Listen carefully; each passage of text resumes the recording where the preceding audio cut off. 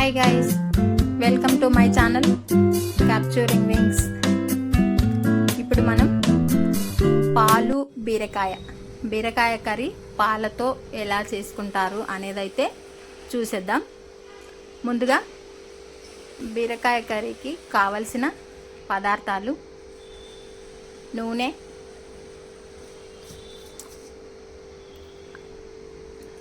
జీలకర్ర, ఆవాలు, ఉల్లిగడ్డలు, కరివేపాకు, అల్లం వెల్లుల్లి పేస్ట్, పసుపు, మెంతాలు జీలకర్ర పొడి, బీరకాయలు, ధనియాల పొడి, సాల్టు, కారము, కొత్తిమీర, పాలు. ఇవి బీరకాయ కర్రీకి కావలసిన పదార్థాలు. ఇవన్నీ కరెక్ట్గా మనము దగ్గర పెట్టుకొని కర్రీ ప్రిపేర్ చేయడం ఎలాగో అనేది చూడాలి. ఇప్పుడు మనం కర్రీకి కావలసిన ఐటమ్స్ అన్నీ దగ్గర పెట్టుకుంటే మనకు హడావిడిగా ఉండకుండా ఉంటుందన్నట్టు. ఇప్పుడు మనం కర్రీ తయారు చేసే విధానం చూద్దాం. స్టవ్ పైన ఒక ప్యాన్ పెట్టుకొని అందులో ఆయిల్ వేసుకోవాలి. మనకు బీరకాయ కర్రీకి మనకు ఎన్ని బీరకాయలు ఉన్నాయి ఆ బీరకాయలకు సరిపడేటంత ఆయిల్ అయితే వేసుకోవాలి. మనము హాఫ్ కేజీ చేసుకునే వాళ్ళు ఉంటారు కదా, వాటికి ఎంత సరిపోతుంది అన్నది చూసుకొని ఆయిల్ అయితే వేసుకున్నాం. అది ఆయిల్ వేడెక్కిందా లేదా అన్నది చూసుకొని ఆయిల్ వేడెక్కాక ఆవాలు వేసుకోవాలి. ఫస్ట్ ఆవాలు వేయగానే అవి ఇట్లా పైనకు వస్తే ఆయిల్ వేడెక్కినట్టు. జీలకర్ర, తర్వాత ఆవాలు జీలకర్ర కొద్దిగా గోలిన తర్వాత కొద్దిగా మెంతాలు జీలకర్రతో చేసిన పొడి ఫస్ట్ ఆయిల్లోనే వేసుకోవాలి. టేస్ట్ చాలా బాగుంటుంది, అది చేదు రాకుండా కూడా ఉంటుంది. ఆయిల్లో వేసుకుంటే ఆయిల్లో అది మంచిగా వేగిపోతుంది అన్నట్టు. తర్వాత ఉల్లిగడ్డలు సన్నగా తరుక్కొని వేసుకోవాలి. అది కొద్దిగా గోలనివ్వాలి. ఉల్లిపాయలు స్పూన్తో కలుపుకొని కొద్దిగా గోలిన తర్వాత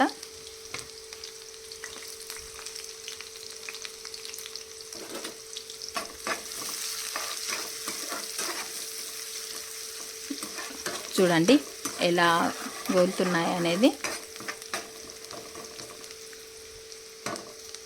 మనము ఎప్పుడైనా పోపు వేసుకునేటప్పుడు కొద్దిగా సన్నగానే మంట పెట్టుకోవాలి.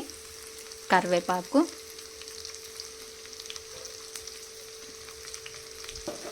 అల్లం వెల్లుల్లి పేస్ట్,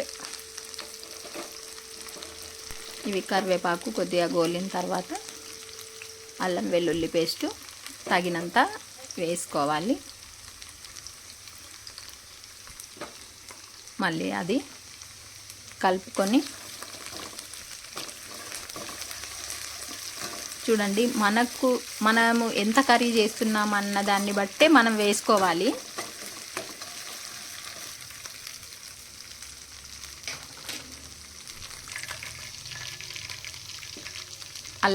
అల్లం వెల్లుల్లి పేస్ట్ కొద్దిగా మంచిగా గోలిన తర్వాత పసుపు వేసుకోవాలి, లేకుంటే పచ్చి వాసన వస్తుంది. అది అల్లం వెల్లుల్లి పేస్ట్ది పచ్చి వాసన రాకుండా ఉండాలి అంటే కొద్దిగా అది గోలాలి ఆయిల్లో మంచిగా. చూడండి గోలిపోయింది. నెక్స్ట్ మనము బీరకాయలు వేసుకోవాలి. అందులో బీరకాయలు అయితే వేసేసుకున్నాం. అది మంచిగా ఆయిల్ ఆ పోపు దినుసు అంతా బీరకాయలకు పట్టేలాగా మనము అంతా కలుపుకోవాలి.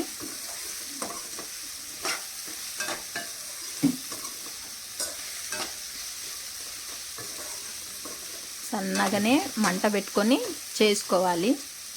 లో ఫ్లేమ్లో, మీడియం ఫ్లేమ్లో కూడా పెట్టుకోవచ్చు, హైలో పెట్టుకోవద్దు.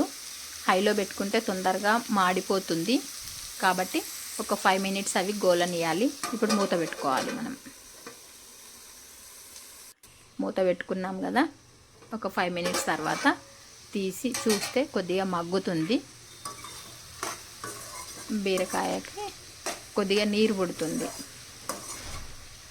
అది కొద్దిగా మంచిగా మగ్గాల. అందులోనే నీరు పట్టేసి మంచిగా మగ్గిపోతుంది అన్నట్టు, ఉడికిపోతుంది. సాల్ట్ వేసుకోవాలి. సాల్ట్ వేసుకుంటే తొందరగా అది కూలబడిపోతుంది, తొందరగా ఉడికిపోతుంది అన్నట్టు. సాల్ట్తోని ఇంకా కొద్దిగా దానికి నీరు వచ్చేస్తుంది, రసం అనేది వస్తుంది సాల్ట్తోని. అప్పుడు ఆ రసంతో తొందరగా మళ్ళీ మూత పెట్టేసుకున్నాం అనుకోండి, అప్పుడు తొందరగా అంటే మెత్తగా అయిపోతుంది అన్నట్టు బీరకాయ. ఫస్ట్ కొద్దిసేపు గోలింది కదా, ఇప్పుడు సాల్ట్ వేసినాం, ఉడకాలి. మళ్ళీ కొద్దిసేపు మూత పెట్టుకుందాం. కొద్దిసేపు మూత పెట్టుకున్న తర్వాత మళ్ళీ తీసి చూస్తే మంచిగా మగ్గుతుంది. అది సాల్ట్ వేసాం కదా, సాల్ట్తోని మంచిగా మెత్తగా అవుతుంది. చూడండి, స్పూన్తో ఇట్లా అని చూస్తే మనకు ఉడికిందా లేదా అనేది తెలుస్తుంది. సాల్ట్ వేసేసినాం అనుకోండి తొందరగానే ఉడుకుతుంది. సాల్ట్కు నీరు వచ్చేస్తుంది కదా, అప్పుడు తొందరగానే ఉడుకుతుంది. మొత్తం సన్నం మంట పెట్టే చేసుకోవాలి. మళ్ళీ కొద్దిసేపు మూత పెడదాం. ఇంకా కొద్దిగా తక్కువ మంట పెట్టి, ఎందుకంటే నీరు కొద్దిగానే ఉంది కదా, ఎక్కువ మంట పెడితే మాడిపోతుంది. అందుకే సన్నగానే పెట్టి చేసుకోవాలి. చూడండి, ఉడికిపోయిందా. అలా మనము ఉడికిందా లేదా అనేది స్పూన్తో ఇట్లా అని చూసుకోవచ్చు, లేకపోతే మనము చేతిలోకైనా తీసుకొని చూసుకోవచ్చు. కానీ చేతిలోకి తీసుకుంటే కాలుతుందని చెప్పి స్పూన్తోనైనా అనొచ్చు, అట్లా తెలిసిపోతుంది మనకి. చూడండి, కలర్ అయితే కలర్ఫుల్గా బాగా మంచిగా కనిపిస్తుంది.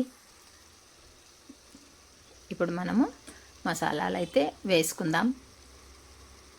కారము అవి వేసుకోవాలి కదా. కారము ఎప్పుడైనా ఫస్ట్ వేయద్దు, ఎందుకంటే కారం వేస్తే బీరకాయ ఉడకదు. అందుకే మనము అది మంచిగా ఉడికిన తర్వాతనే కారం వేసుకోవాలి. ఇప్పుడు కారం వేసుకుంటున్నాం. చూడండి, తగినంత వేసుకోండి. మీ కర్రీకి ఎంత సరిపోతుంది అంత తగినంత వేసుకోండి. కొద్దిగా ధనియాల పొడి, మెంతు పొడి ఫస్టే వేసాం కదా, ధనియాల పొడి ప్లస్ కుడక పొడి వేసుకున్నాం. కారం, ధనియాల పొడి, కుడక పొడి ఒకటేసారి వేసేసుకొని మళ్ళీ మంచిగా కలిపేసుకోండి. అది చూడండి, మరి కారము ఎక్కువగా ఘాటుగా ఉండడం వల్ల కొద్దిగానే వేసుకుంటున్నాము. కలర్ అయితే చాలా సూపర్గా కనిపిస్తుంది. టేస్ట్ ఎలా ఉంటుందో చూడాలి. చూడండి, ఇప్పుడు కారం వేసిన తర్వాత ఉడకదు ఇక. అది ఫస్ట్ ఎంత ఉడికిందో అంతే ఉడుకుతుంది. కొత్తిమీర కూడా ఇప్పుడే వేసేసుకోవాలి. లాస్ట్లో వేసుకుంటారు కొంచెమంది, కానీ లాస్ట్లో వేసుకుంటే కొంచెమంది ఇష్టపడతారు, కొంచెమంది ఇష్టపడరు. ఎవరికి ఇష్టం ఉన్నట్టు వాళ్ళు వేసుకోవచ్చు. మేమైతే అది కొద్దిగా ఉడకాలి అని చెప్పి, ఇట్లా అందులో కలిసిపోవాలి అని చెప్పి ముందే వేసేసుకుంటాము. లాస్ట్లో వేసుకుంటే అది అంతా కొత్తిమీర స్మెల్ వస్తుందని చెప్పి మళ్ళీ కొద్దిసేపు మూత పెట్టి చూస్తే ఇప్పుడు ఉడికిపోయింది. చూడండి, ఇప్పుడు కారము మసాలాలు అంతా బీరకాయ కర్రీకి పట్టేసినాయి. అంటే బీరకాయ కర్రీ కూడా ఉడికిపోయింది, కారం అంతా వాటికి పట్టేసింది. కాబట్టి ఇప్పుడు కలర్ చూడండి, చాలా బాగుంది. కర్రీ అప్పుడే తినాలనిపించేలాగుంది. ఇప్పుడు మనం పాలు పోసుకుందాం ఇందులో. ఇక తగినన్ని కూడా పాలు కూడా మనకు కర్రీకి తగినన్ని పోసుకోవాలి. ఫస్ట్ పాలు మనము వేడి చేసుకొని ఉంచిన పాలు పోసుకోవాలి ఇందులో.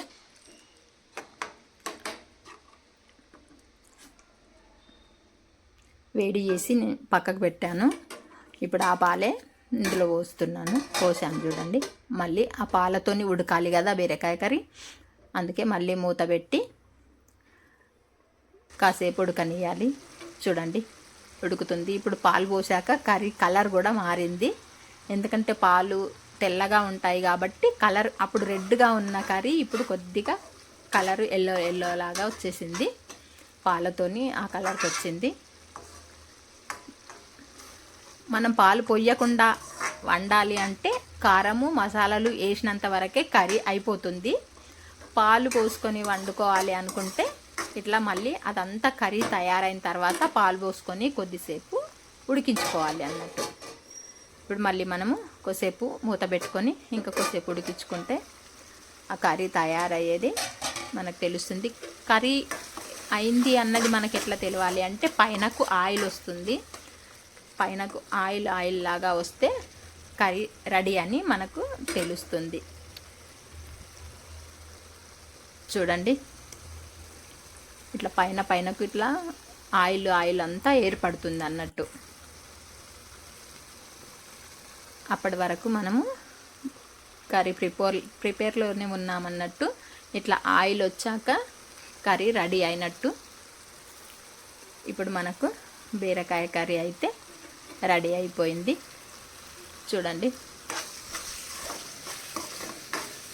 టేస్టీగా అంటే పాలు బీరకాయ కర్రీ చాలా టేస్టీగా ఉంటుంది. పాలు పోసుకొని బీరకాయ కర్రీ చేసుకుంటే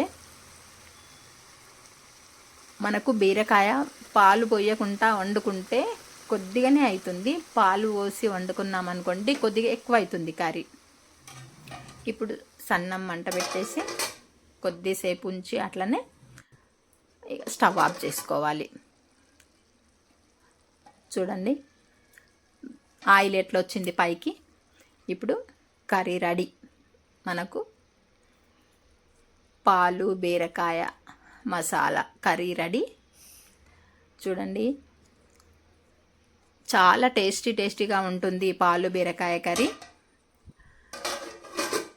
నా వీడియో నచ్చితే లైక్ చేయండి, షేర్ చేయండి, సబ్స్క్రైబ్ చేయండి. మళ్ళీ నెక్స్ట్ వీడియోలో కలుద్దాం. బాయ్.